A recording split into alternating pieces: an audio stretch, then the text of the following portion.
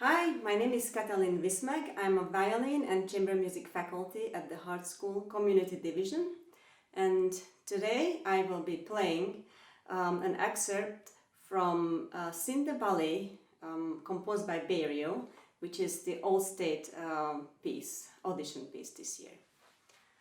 And before I play for you, I would like to just give you a couple of tips or try to give you some suggestions that might be helpful when you practice. This section, the Tempo di Bolero section, has parts that mostly challenging in the bow, namely in the beginning, the ricochet, which ricochet actually means that you throw the bow on the string. So before you start practicing that part, I highly recommend that you check where your bow bounce is the best, which is usually above the balance point, around the middle. So once you found that place, you can try throwing your bow on it, and don't worry about how much is going to bounce. Just make sure your bow hold is relaxed.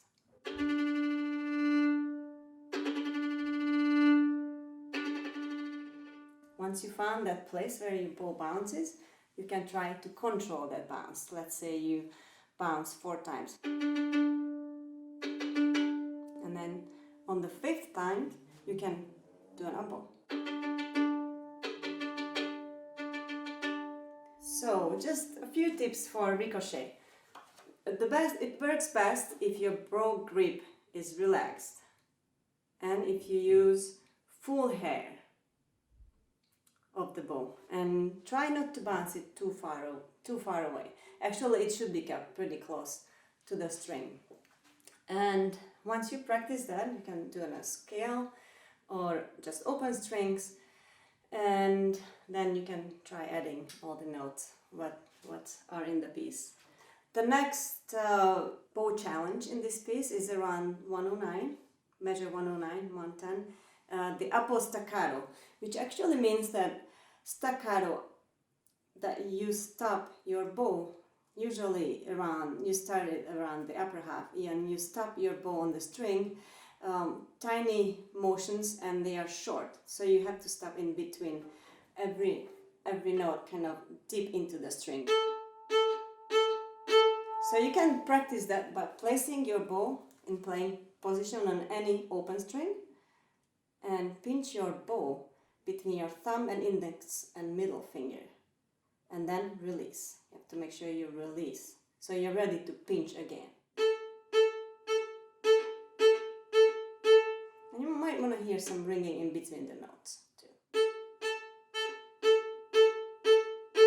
So your hand has to be also relaxed, have to have flexibility and be able to relax in between these pinching motions. Very good exercise for that is, I highly recommend Kreutzer number 4, where you can, I would start it slowly and then speed up with your metronome and see how fast you can get. So that would be a good preparation for this part in the piece. Right, the next section I would like to talk about is the end of the arpeggio section, which probably one of the most challenging part of the piece. It's at measure 140 until the end of this section, actually 148 until the end of the section. And what I would do, I suggest that you do, is first learn the left hand. First learn the chords. You can do double stops chords, you can do various bowings if you like, you can do up bow, down bow, so just that helps your left hand to be more independent, which you will need when you add the spring arpeggio. And you also want to make sure that your chords are in tune. And the bow you can start practicing on an open string. First, it's very similar to the ricochet. You want to try where your bow is actually springs, where it can come off the string, and it's around the middle. And I would practice first just legato. You want to make sure that you hear 2 G's and 2 E's on the treble. with the help of the metronome, you can speed it up. Just make sure that you do not use too much bow. So I like to think of it more like going up and down with my arm than horizontal, so that prevents me from using too much bow. And your bow should be full hair.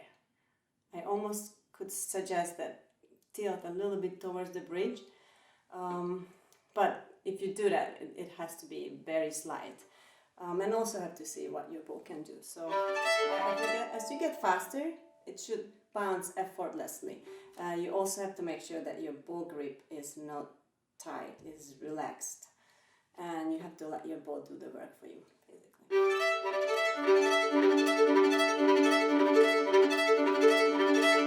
And then you try to put together with the left hand, and you can use metronome to speed it up. I would, when you put the two hands together, I would start with metronome and start speeding it up, and hopefully you arrive to a speed where your bow will just come off the string by itself.